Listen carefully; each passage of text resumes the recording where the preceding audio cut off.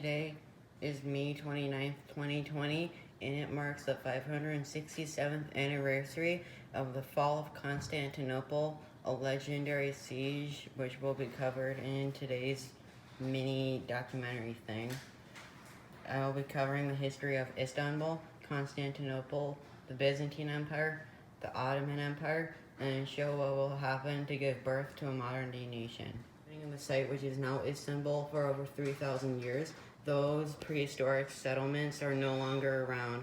The oldest settlement still today is called Lagos. It is a Thracian city built by the mysterious Thracian people. This is what ancient Thrace looked like. They were a historic enemy of the Roman Empire, but later disappeared.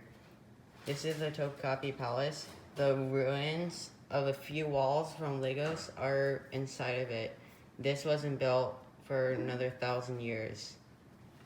After the mysterious disappearance of the Thracian people, we now get the rise of the Byzantine Empire, which was divided by Constantine the Great. He divided the Western and Eastern Roman Empire in hopes of being easier to govern. That effectively made the Roman Empire a diarchy, ruled by one person in the west and one person in the east. Here's a map of the Byzantine Empire, a little bit after the Goths conquered Rome. The capital of the Byzantine Empire, which also gave its name, Byzantium, contained the oldest building in Istanbul today, or at least complete, which is the Eidos Castle. It was built in the extremely early 1000s or 11th century. It is the oldest building in Istanbul built by the Byzantines, although it does look a little bit newer than the Byzantines. And Byzantium is located right here on the Bosphorus Strait, east of Greece and north of Anatolia. Now Byzantium had the name which would stick, and now is known as Constantinople, named after their founder, Constantine the Great. Here is a predicted map of what it looked like and a predicted aerial view. I did not make these, and I don't know who made it, so whoever made it, you did a great job.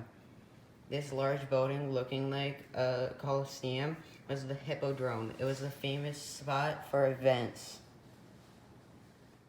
Here's where the trouble began for Constantinople. Outside of Constantinople's city limits, they were being conquered by the Ottoman Empire. That orange is how small they were reduced to. The orange on the maps shows how small the Byzantine Empire had gotten to, but soon they'd be in a legendary fight for their lives. 5 years later, we arrive at the fateful day, May 29th, 1453. Today is May 29th, which is why I'm making the video today. It's the 567th anniversary. But anyways, this is Sultan Mehmed II, known as Sultan Mehmed II the Great, or ominously, Sultan Mehmed II the Conqueror. Here are some famous paintings showing the fall of Constantinople and how horrifying it must have been.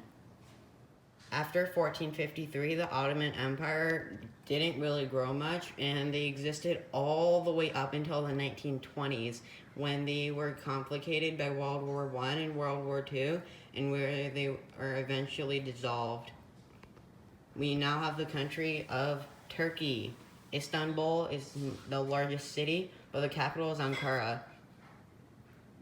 The most famous landmark in Turkey, you might say, is the Hagia Sophia. It's an example of Byzantine architecture, featuring one of the largest unsupported roofs in the world.